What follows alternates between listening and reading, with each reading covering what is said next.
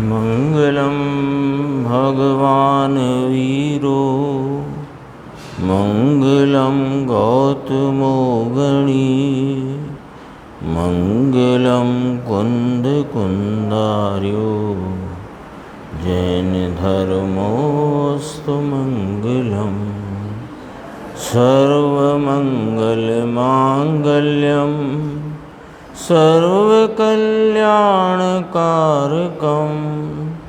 प्रधानं सर्वधर्माणां जैनं जयतु शासनम्। मैं नमो तीर्थनायक को, नमो ओंकार वाणी को, नमो उन कुंद प्रभु को जिन्होंने ओंकार धारण की। अहो उपकार जिनवर का, कुंद का दिव्य वाणी का, जिन कुंद ध्वनि दाता उनका हान स्वामी का। रमियूण जिणम वीरम अनंत वर्णान दंसन सहावम भोक्षामिणियम सारम केवली शुद्ध केवली भणिदम।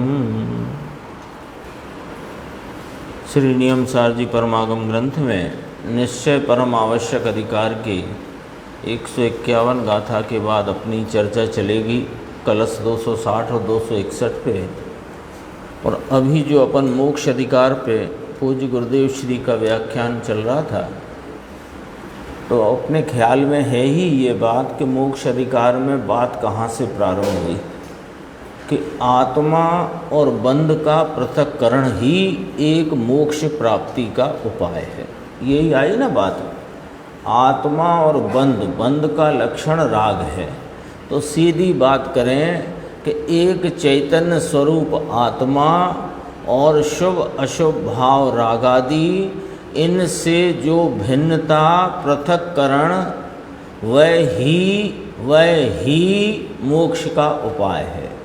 ही करके अन्य कोई उपाय नहीं है, ये बात स्थापित करी।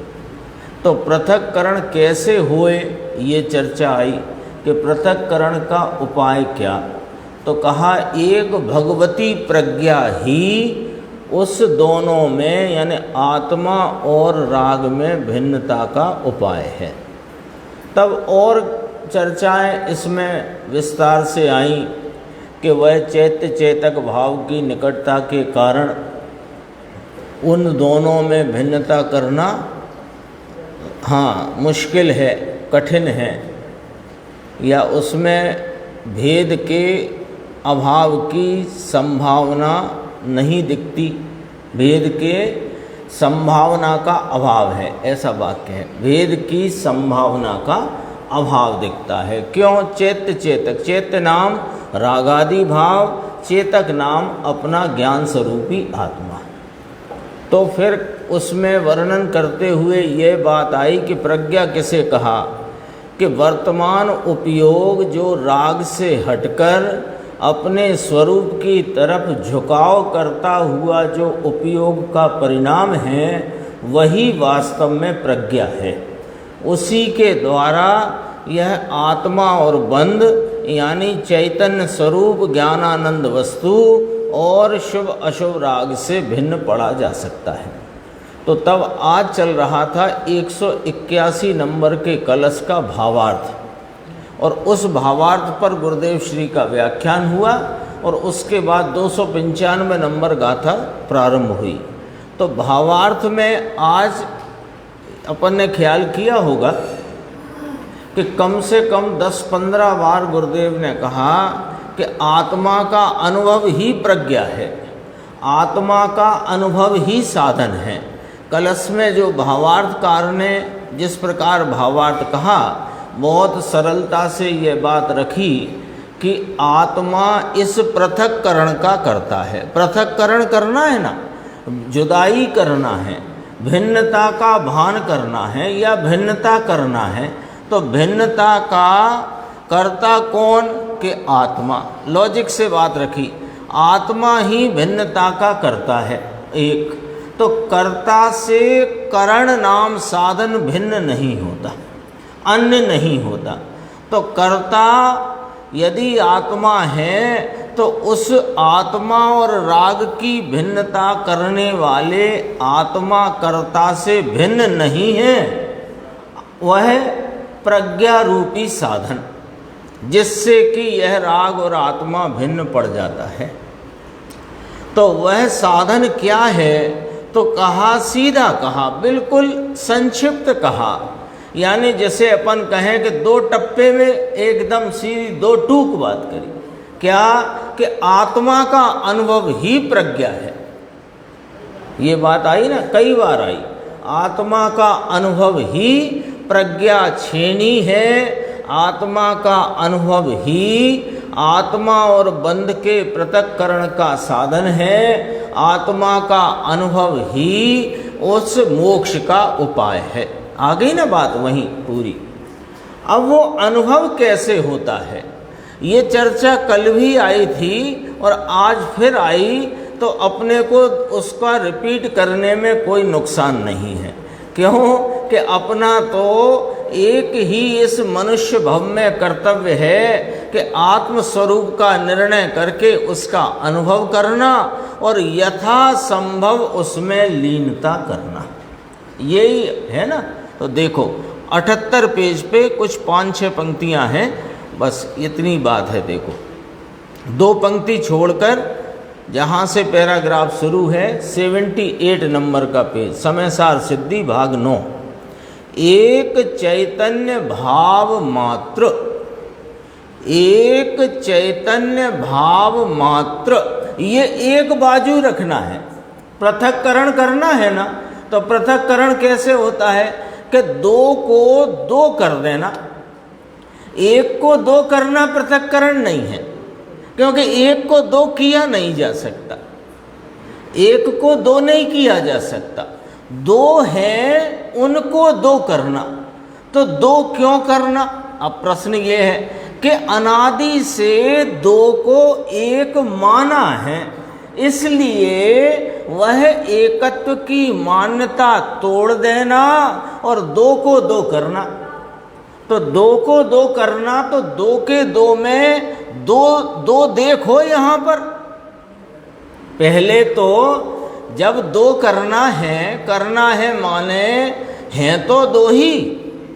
अनादि से यह चैतन्य भाव मात्र और शुभ अशुभ राग विकारी परिणाम, वे दोनों न्यारे न्यारे ही हैं।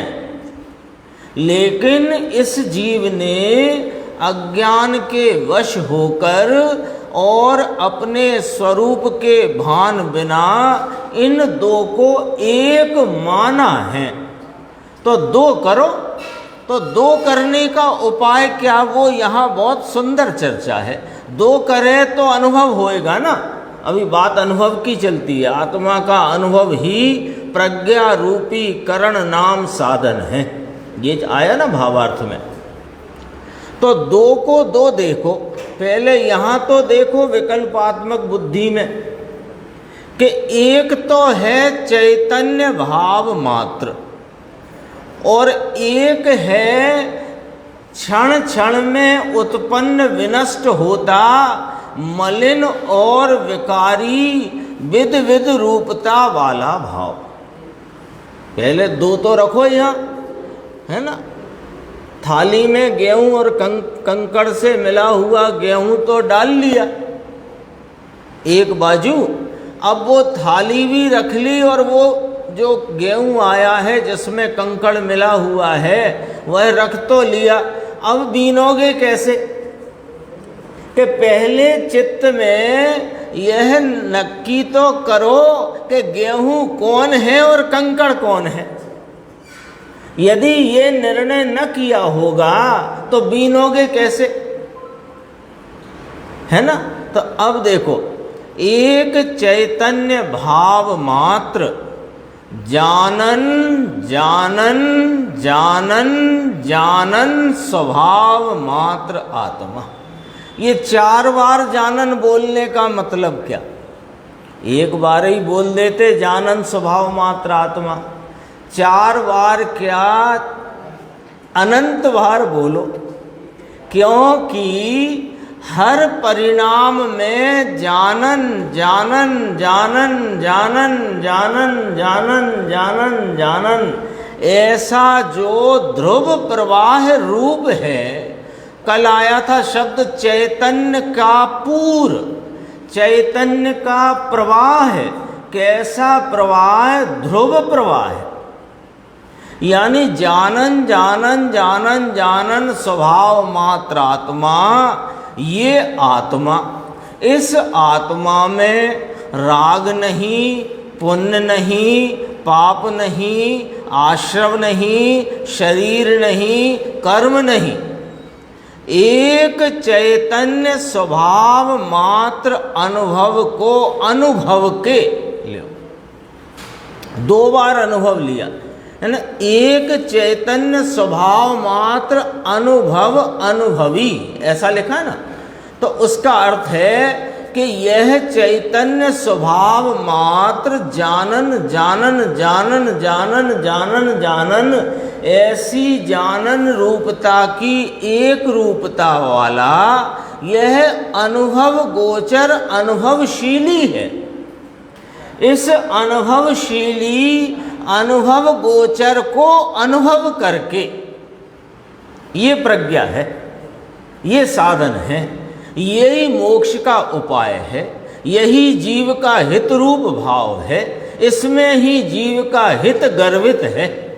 देखो, चैतन्य स्वभाव मात्र आत्मा को अनुभव करके फिर क्या करना कि ज्ञान में ही लीन रखना। वो उपयोग को जो तुमने अनादि से ज्ञान और राग की एकता मानी थी, उनको उनके लक्षणों से भिन्न जानकर अपने जानन जानन जानन जानन की एक रूपता को लक्ष्य में लेकर अनुभव करके अनुभव किया। अब क्या करें कि वहीं रहो। लिखा कि नहीं लिखा? यह ज्ञान स्वभाव में लीन रखना, यह राग से भिन्न करने का उपाय है, यह धर्म है। लो बोलो भाई जी, ये धर्म है। कोई को लगता है कि हम तो धर्म 25 साल से धर्म कर रहे हैं, सुबह उठते हैं, आते हैं, पूजन प्रक्षाल स्वाध्याय नियमित, हमारी एक दिन भी चूकती नहीं ना, बाहर जाएं तो भी चूकती नहीं, हम तो बिल्कुल बढ़िया धर्म में लगे। अभी धर्म आया कहाँ है? धर्म आता है इस धर्मी के आलम्बन में वर्तमान उपयोग दशा के स्वरूप के आश्रय लेने पर उस उपयोग में आनंद शांति वीतरागता का जो संचेतन वेदन अनुभव स्वाद है, इसका नाम धर्म है। देखो, झीणी चीज है भाई। फिर कहते हैं है अंदर है कि नहीं, यही वाली बात भावार्थकार 250-300 वर्ष पहले ये छावड़ा जी ने कही कि नहीं कही, ऐसा वो पूछते हैं। देखो, फिर अपनी गाथा चली, इसमें अनुभव की बात आई कि अनुभव कैसे करना, कि दोनों में यह चैतन्य मात्र भाव जानन स्वरूप यह अनुभवशीली अनुभव गोचर है, इसकी तरफ लक्ष्य करके इसका अनुभव करना। तो अनुभव की व्याख्या थोड़ी गुरुदेव ने उससे भी ली, बनारसी दास जी का। वस्तु विचारत ध्यावते मन पावे विश्राम, और रस स्वादत सुख उपजे अनुभव या को नाम। इसकी व्याख्या गुरुदेव ने स्वयं ही बहुत अच्छे से की थी, अपने ख्याल में है। फिर 295 गाथा में बहुत सुंदर चर्चा आई है, अभी तो कल चलेगी, अपन तब भी देखेंगे। इसमें एक बात ये कही कि महाराज ये भिन्नता करके करना क्या, ये आत्मा और राग की भिन्नता करी, सो भिन्नता करके करना क्या है। जैसे बच्चे से कहा भैया ये गेहूं और कंकड़ साफ करो, मतलब कंकड़ और गेहूं को अलग अलग कर दो, साफ करो माने अलग अलग कर दो। तो बच्चे ने क्या किया कि गेहूं को ऐसे थाली के 3 हिस्से बना दिए उसने।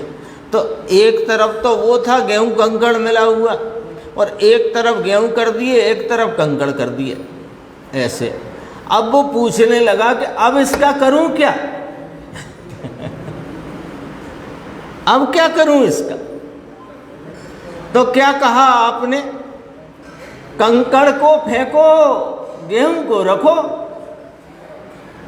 यही जवाब है 295 नंबर का था। करना क्या कि उसमें शुद्ध आत्मा को ही ग्रहण करना और बंध का त्याग करना। ये वाली बात अपनी चलेगी। अपन कारण कार्य नियम में नियम सार जी के पर वो निश्चय परम आवश्यक अधिकार का 260 नंबर का कलश है, उसकी स्वाध्याय प्रारंभ करते थे। पेज नंबर है 193। भाई साहब को पुस्तक दे दो यदि हो तो, कारण कार्य नियम है 193 श्लोक नंबर 260।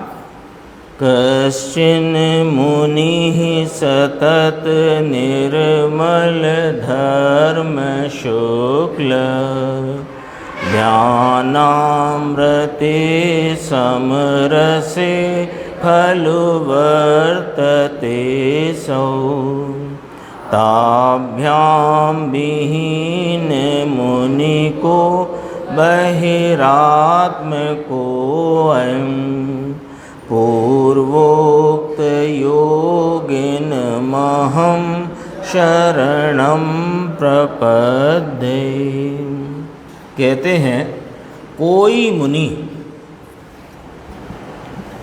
यहाँ शब्द आया ना, कश्चिन मुनि आया ना, तो यहाँ से बात प्रारंभ करी। कोई मुनि सतत निर्मल धर्म शुक्ल ध्यान अमृत रूपी समरस में वास्तव में वर्तता है, वह अंतर आत्मा है। ये क्या है ना, यहाँ अपना इतना आधा वाक्य पूरा हुआ, सेमीकोलन लगा है ना, अर्धविराम। कोई मुनि सतत माने निरंतर, निर्मल, फिर धर्म शुक्ल एक साथ लिखे तो दोनों में लगा दो, सतत निर्मल धर्म ध्यान अमृत और सतत निर्मल शुक्ल ध्यान अमृत, ऐसे ले लेने। क्योंकि यहाँ अंतरात्मा में 12वें गुण स्थानवर्ती वह क्षीण मोह वाले उस उत्कृष्ट अंतर आत्मा की बात की गई है ना। लेकिन उसमें अंतरंग में पेटे में जगन अंतरात्मा भी समा जाएंगे, हैं, इतना ध्यान। और मुनि की मुख्यता है ये।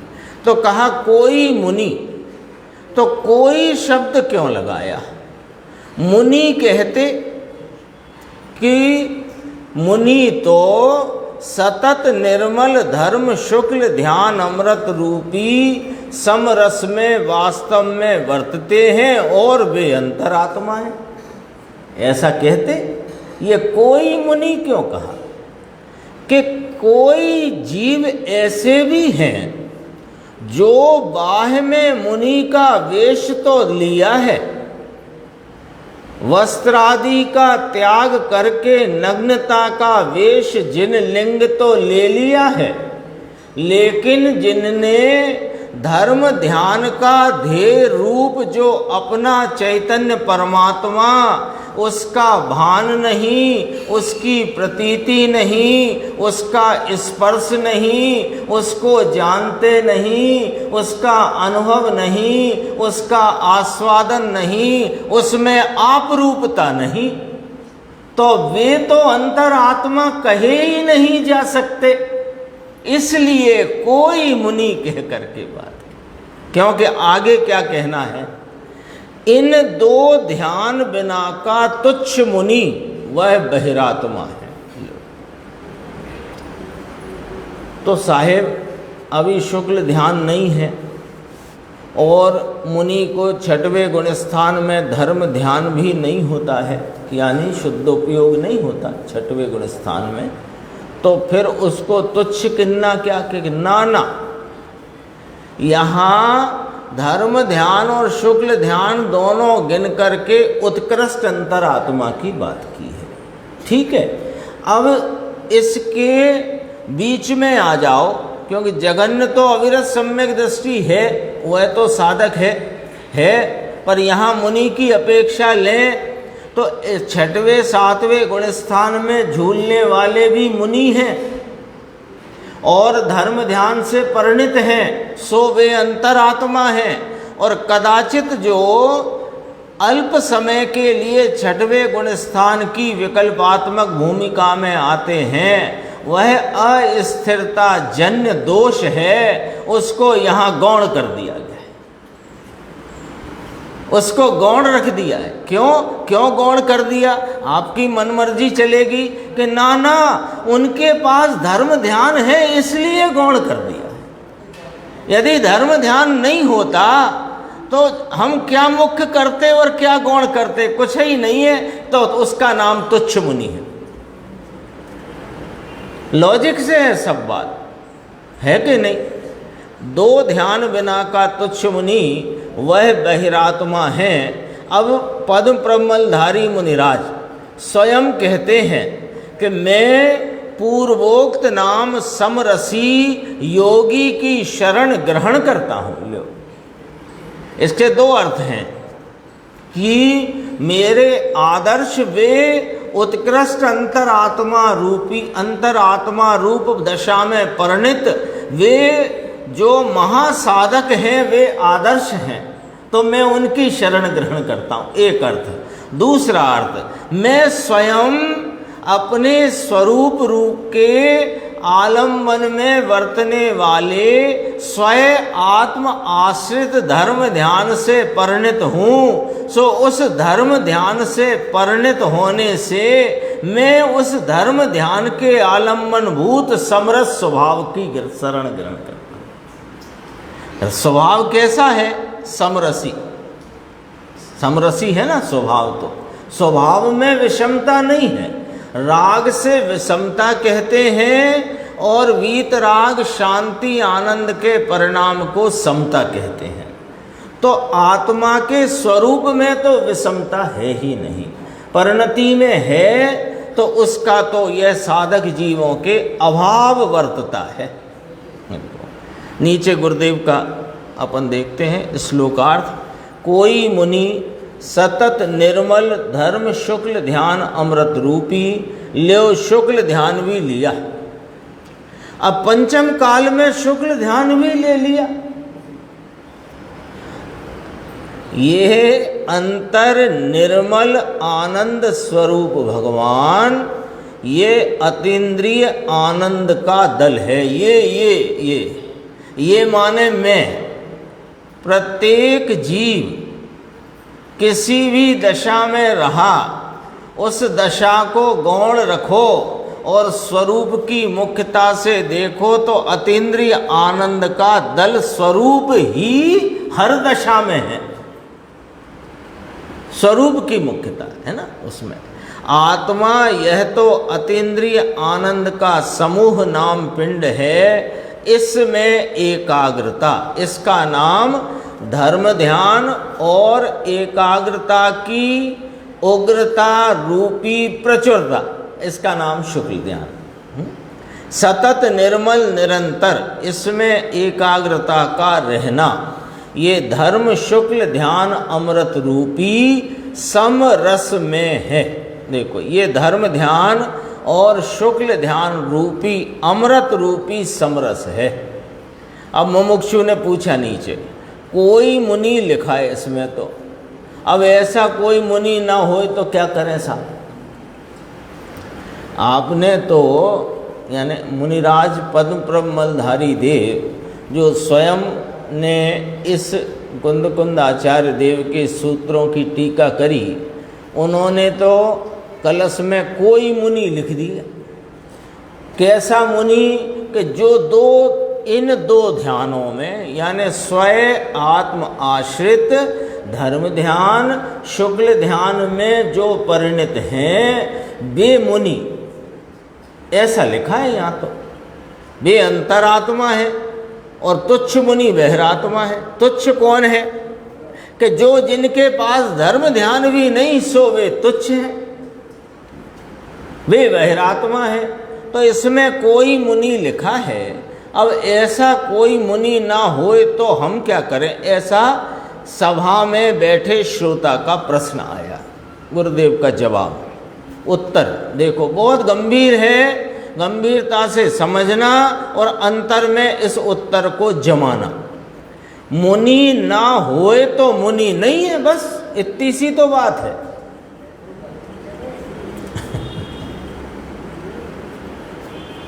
ये जो छोटी छोटी समस्याएं यहाँ रही हैं ना, कैसी समस्याएं। अब यहाँ फलाने काल फलाना क्षेत्र यहाँ ऐसे हैं ही नहीं, है नहीं तो नहीं है, तो नहीं है, बस बात खत्म। अब ऐसे नहीं है तो वैसे को, ऐसे नहीं है तो वैसे को मुनि माने क्या कि तुम्हारी मर्जी है, तुम तो अज्ञान से पीड़ित हो पहले ही, लेकिन यह जिनेंद्र परमात्मा की आज्ञा और आचार्यों की परंपरा में तो बात आई नहीं है कि उसको मुनि मानो। और कोई मानता है तो क्या करें, वो तो अनादि से अज्ञान से पीड़ित है, क्या करें। देखो, मुनि ना होए तो मुनि नहीं, फिर खुलासा किया। गुरुदेव की शैली है प्रश्न का जवाब देने की। अपन कई बार देखते हैं कि पहले वे संक्षिप्त में जवाब दे ही देते हैं, कितना पूरा, फिर उसी का स्पष्टीकरण करके उसका खुलासा करते हैं। देखो, मुनि ना होए तो मुनि नहीं, जवाब तो आ गया चंद्रेश भाई। अब क्या कहते हैं, इस प्रमाण से ना होए तो मुनि नहीं है, बस। किस प्रमाण से, अब अभी प्रश्न पूछना पड़ रहा है, किस प्रमाण से कि धर्म ध्यान ही नहीं तो मुनि नहीं। धर्म ध्यान किसे होएगा, व्यवहार धर्म ध्यान को धर्म ध्यान कहते हैं कि आर्त ध्यान कहते हैं, पहले बताओ।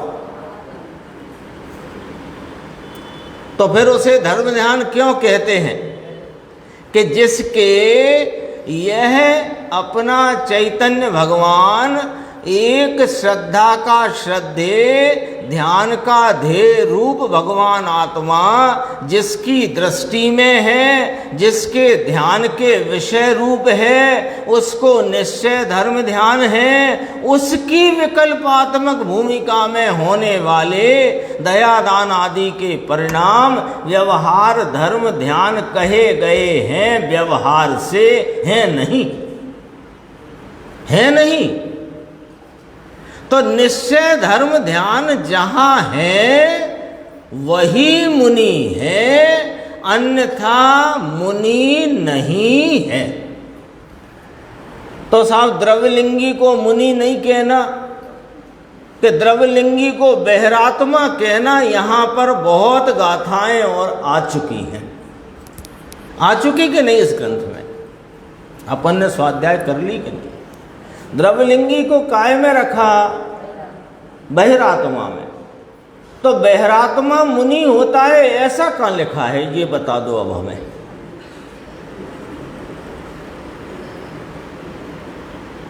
ऐसी कोई पंक्ति निकाल के बता दो कि बहिरात्मा मुनि होता है।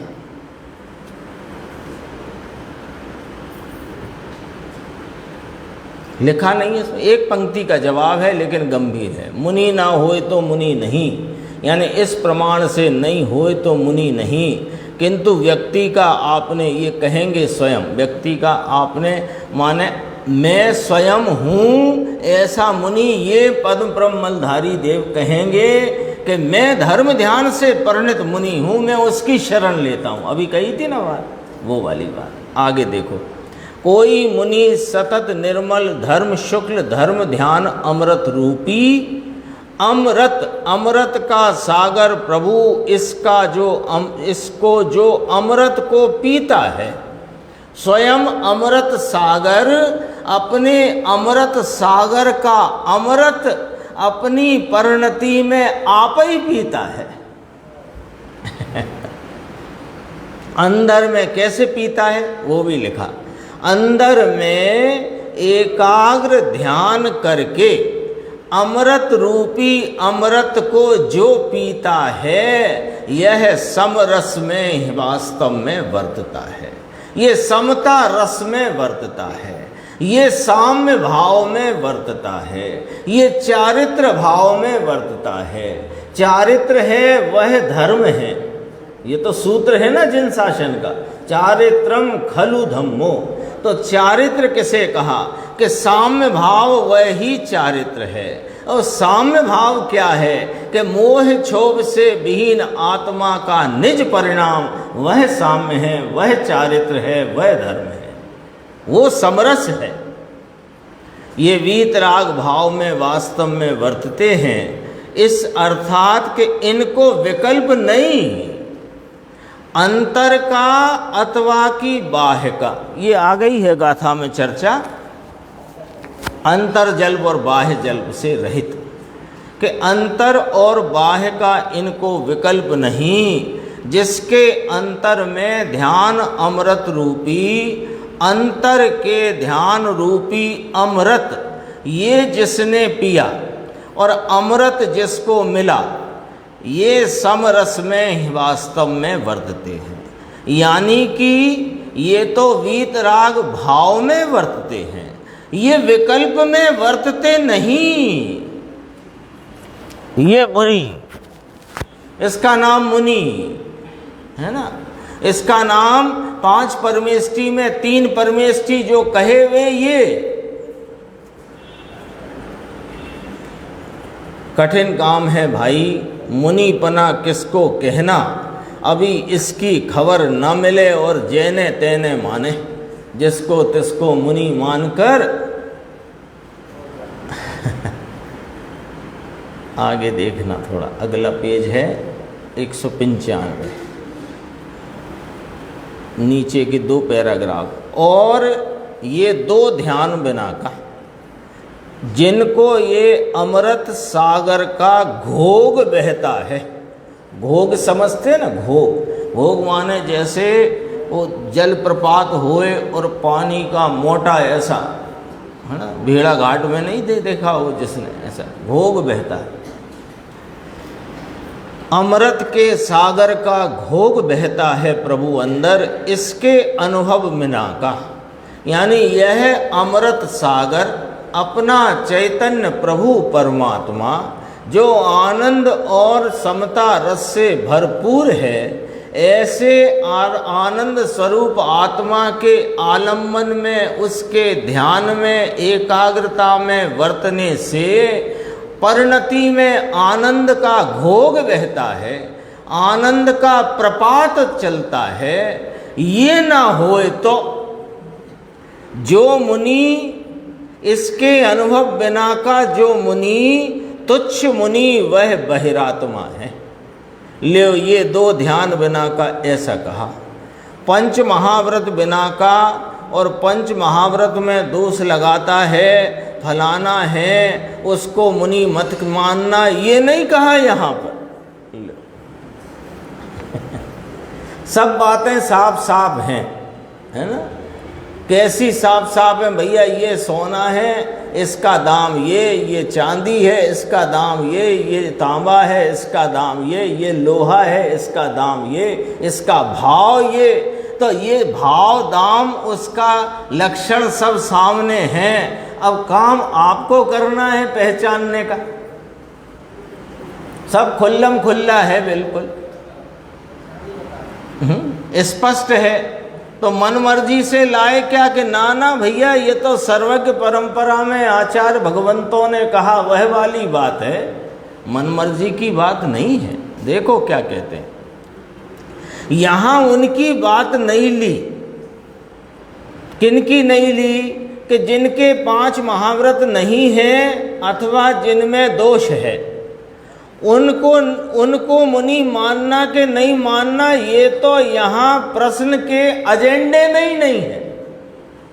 उसके संबंध में तो यहाँ प्रश्न ही नहीं है। पवन जी उसकी बात नहीं करी कि इनके 28 मूल गुण में दोष है, 5 महाव्रत में कोई दोष लगता है आदि इत्यादि है ही नहीं इत्यादि की बात। ये तो हमारे यहाँ जो परीक्षण चल रहा है, जो यहाँ चर्चा चल रही है, उस चर्चा उस परीक्षण से बाहर है। वे तो यहाँ तो उनकी बात चलती है जो जिनोक्त 5 महाव्रत 28 मूल गुण का निरतिचार पालन करते हों, लेकिन स्वरूप का जिनको आलम्बन ही नहीं, वे तुच्छ मुनि बहिरात्मा है। ऐसी अद्भुत और गंभीर बात है। देखो, जिसमें पूरे संसार का अभाव है और पूर्ण आनंद ज्ञान से पूर्णता भरी है, जिसमें पूर्ण वीतरागता, पूर्ण शांति, पूर्ण निर्विकल्पता पूर्ण भरी है, इसका किसमें भरी है? ये सब चीजें, ये सब भाव तो मुझ परमात्मा स्वरूप में कैसे भरे हैं? लबालब। इसका जिसको वेदन है उसको यहाँ मुनि कहने में आता है। इसके सिवाय के तुच्छ मुनि अकेले विकल्प में ही वर्तते हैं, क्योंकि 5 महाव्रत का विकल्प मात्र है और वस्तु अंतर में पता नहीं, तो है नहीं ना, मतलब जानते नहीं। एक स्पष्टीकरण और नीचे 5 पंक्ति में है। ये स्पष्टीकरण क्यों जरूरी है? कि जैसे ये स्वयं हैं पद्म प्रमलधारी मुनिराज, अब जब ये टीका रच रहे हैं तो टीका रच रहे हैं तो ये तो धर्म ध्यान में नहीं है, तो फिर इन्हें मुनि माने कि ना माने, उसकी खुलासा। तुच्छ मुनि वह बहिरात्मा है, ये टीका का शब्द है ना उसका, कलश के श्लोकार्थ का, वह बहिरात्मा है कहो ऐसा सुना था कोई समय, ऐसी बात है। अब यहाँ स्पष्टीकरण देखना, अस्थिरता का राग होता है, ये अलग वस्तु है। अलग वस्तु है माने अभी स्थिरता इतनी नहीं है। एक संजुलन संबंधी कषाय है, उसका अभी प्रबल उदय है। ये छठा गुण स्थान में आ जाते हैं ना, तो उसको प्रबल उदय में लेना। एक तो जो श्रेणी आरोहण में भी जो संजुलन संबंधी जो कषाय का अंश है, उसे भी प्रबल कहा था। वो कहा था स्वरूप में होता ही नहीं, इसलिए प्रबल कहा था। और यहाँ परिणति में प्रबल है, ये वाली बात करी। सब मिलाते रहना चाहिए आगे पीछे का। अंतर्मुख आनंद का ध्यान, आनंद की अनुभव दशा, अतीन्द्रिय आनंद का सागर परमात्मा, इसका एक नमूना अंश अंतर के अमृत का स्वाद का आता है। इसमें रहे हुए को निर्विकल्प कहकर, वीतराग भाव कहकर उसको सच्चा मुनि कहने में आया है। ये 2 ध्यान बिना का भले 5 महाव्रत पालता हो, भले समिति गुप्ती आदि 28 मूल गुण हों, किंतु अंतर आत्मा का स्पर्श नहीं, अमृत के सागर को जिसने जाना संभाला नहीं, देखा नहीं, ये बहिरात्मा है, बहिरात्मा है, मिथ्या दृष्टि है, कठिन पड़ती है ऐसी बात। फिर नीचे लिखा, 2 ध्यान बिना का तुच्छ मुनि वह बहिरात्मा है। फिर अगली पंक्ति क्या कहना है? मैं अब स्वयं मुनि कहते हैं, पद्म प्रमलधारी देव मुनि, मैं पूर्वोक्त यानी जिस प्रकार मैंने 2 ध्यानों से परिणत मुनि कहा और इस प्रकार से उनकी समरसता बताई, तो ऐसे समरसी योगी की मैं शरण ग्रहण करता हूँ। अर्थात कि मैं समरसता में हूँ, मैं पूर्वोक्त समरसी यानी वीतराग भाव में जो हैं, जिनको विकल्प की गंध नहीं, ऐसे मुनि की शरण में मैं हूँ, माने मैं अपने स्वरूप में ऐसा ही वर्तता हूँ, समरस में रहता हूँ। अर्थात ये ऐसे योगी की शरण ग्रहण करता हूँ। इसके बाद एक कलश और है 261, इसको भी अपन प्रारंभ करते हैं। बहिरात्मानंतरात्मेति विकल्पः कुदियामयं सुधियां न समस्तेष संसार रमणी प्रियः।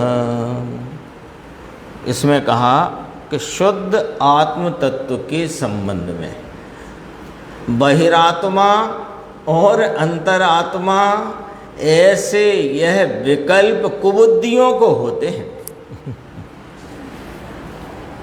अब जरा ये बात और गंभीरता से, शुद्ध निश्चय नय की प्रधानता से यहाँ पर मुनिराज ने कलश के रूप में कही। अभी जो चर्चा चली आई ना पीछे से, अंतरात्मा के 3 प्रकार आए, बहिरात्मा, परमात्मा, सब बात चलती आई ना अभी इसी परम आवश्यक अधिकार में। तो अब यहाँ आकर क्या कहते हैं, है ना, देखो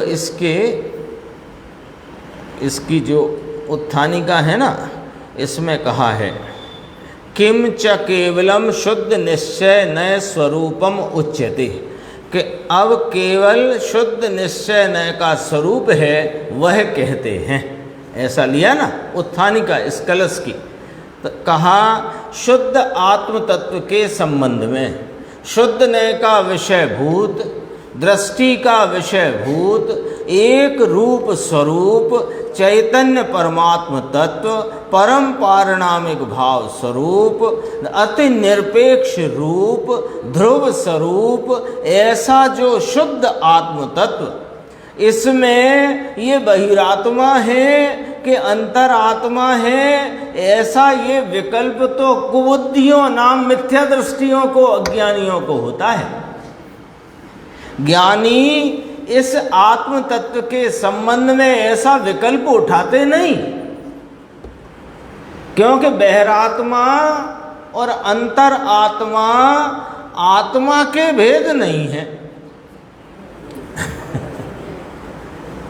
बहिरात्मा, हमने तो वो क्या अपनी पाठशाला में वो भाग आए हैं, उनमें है एक पाठ ऐसा, मुझे याद है, मैं पढ़ा तो नहीं बहुत दिन से, पर है उसमें एक पाठ, है ना, आत्मा 3 प्रकार के, अंतरात्मा, बहिरात्मा, अंतरात्मा, परमात्मा। तो ये बहिरात्मा अंतरात्मा आत्मा के भेद नहीं, कि ना आत्मा के भेद नहीं है, ये आत्मा की परिणति में जो भाव वर्तते हैं उनके भेद हैं। ये गलत कहा कि सही कहा, बताओ भैया, गलत कहा हो तो बताओ, अपन ठीक करें उसको। बहिरात्मा, अंतरात्मा, परमात्मा, ये आत्मा के भेद हैं कि आत्मा की परिणति में पड़ते हुए भेद हैं। पक्की बात है ना। तो फिर आत्मा के संबंध में ऐसा विकल्प उठाना कुबुद्धि है, इसमें ही लिखा है। भैया ये जिनेंद्र परमात्मा द्वारा कहा हुआ वस्तु का स्वरूप ये इतना गंभीर है, इतना सूक्ष्म है कि इसकी पार ऐसे ऊपर ऊपर तल पर रहकर किनारे किनारे नहीं मिलने वाली है। ये तो जिन खो जाते न पाइयाँ गहरे पानी पेट, एक लौकिक कहावत है ना। तो ये तो बहुत गहराई से जो जिनेंद्र परमात्मा द्वारा तत्व का प्रतिपादन किया गया है, उसमें बहुत गहराई से विचार में उतर करके बहुत सावधानी और सब प्रकार से खूब निर्णय न्याय से युक्ति के अवलंबन से बराबर करे तो बात पकड़ में आती है। ऐसी गंभीर चीज है। बोल इसमें लिखा ना, उसमें से ही अर्थ आया है चंद्रेश भाई कि अंतरात्मा, बहिरात्मा, परमात्मा ये आत्मा के भेद नहीं। आत्मा तो एक रूप रहा हुआ शुद्ध अत्यंत निरपेक्ष परम पारणामिक भाव रूप ध्रुव स्वरूप सदृश सदृश भाव है, उसमें कहाँ भेद पड़ेगा। तो जो इसलिए लिखा है ना, केवलम शुद्ध निश्चय न स्वरूपम उच्यते, ऊपर उत्थानिका में शुद्ध आत्म तत्व के संबंध में बहिरात्मा और अंतरात्मा ऐसा ये विकल्प, ऐसे ये भेद करना, ये कुबुद्धियों को होता है। फिर कहा संसार रूपी रमणी को प्रिय है कौन? ये विकल्प। ये पर्यायों में पढ़ते हुए भेद विकल्प संसार रूपी रमणी को प्रिय है, इसलिए ये विकल्प सुबुद्धियों को नहीं होते। लिखा है इसमें, थोड़ा सा है गुरुदेव का, देखते हैं बनने को, 2 मिनट में होएगा, जितना होगा उतना देखते हैं, थोड़ा सा है देखो, क्योंकि वो बात अधूरी ना रहे, उसका भाव समझ में आना चाहिए। 197 पे देखो, बीच में 10 पंक्ति छोड़कर, शुद्ध आत्मा एक रूप स्वरूप परमानंद मूर्ति, ये एक स्वरूप में, ये एक स्वरूप, यह चैतन्य भगवान एक स्वरूप, इस एक स्वरूप में बहिरात्मा और अंतरात्मा ऐसे 2 भेद पाड़ने जाता है, ऐसा ये विकल्प कुबुद्धियों को होता है। कहाँ तक ले गए, फलाना करो और फलाना करो, ये तो एक तरफ रह गया। बोलो भाई साहब, अभी तो परिणामों की विशुद्धता नहीं है, और अभी तो तुम्हारा क्रिया भी ठीक नहीं है, ये क्रिया करो, इस प्रकार के परिणाम में करो, ये करो, वो करो, ये तो बात ही दूर रह गई। कहाँ आ गई बात? यहाँ कहते हैं ये तत्व जो है, ये मैं जो हूँ, ये जो आलम्बन भूत है, ये जो ध्यान का ध्येय रूप तत्व है, ये तो एक रूप स्वरूप है। इस एक रूप स्वरूप, यह परमात्म स्वरूप ही चिदानंद है। ऐसे शुद्धात्मा में 2 भेद डालना कि यह अंतर आत्मा ऐसा और बहिरात्मा ये ऐसा, ऐसा जो विकल्प है, ये कुबुद्धि को है। कठिन बात है भैया। संसार का कर्तव्य तो एक तरफ रह गया, शुभ भाव का कर्तव्य भी एक तरफ रह गया। ऐसा जो शुभ भाव कि ये भी शुभ भाव है, अंतरात्मा बहिरात्मा का परिणति में पड़ता भेद का विचार, ये शुभ भाव कि यह आत्मा अंतरात्मा इसको कहिए और बहिरात्मा इसको कहिए, ऐसा जो विकल्प में आया, ये कुबुद्धि है। एक रूप वस्तु में 2 प्रकार का विकल्प उठाता है, ये कुबुद्धि है, अज्ञान है ये, ऐसा कहते हैं। वस्तु एक रूप है, इसमें ये अंतरात्मा एक समय, ये अंतरात्मा क्या है? देखो क्या आया, एक समय की पर्याय, ये पर्याय है, और बहिरात्मा ये भी विकल्प की पर्याय है। अंतरात्मा धर्म रूप पर्याय है और बहिरात्मा विकल्प रूप पर्याय है, और दोनों प्रकार की पर्यायों के का भेद उठाना ये विकल्प रूप भाव है। कठिन विषय है भाई, पाठ में ही है, फिर ये पाठ की चर्चा करी है, अपन इसको आगे की स्वाध्याय में लें। शुद्ध स्वरूप अविनाशी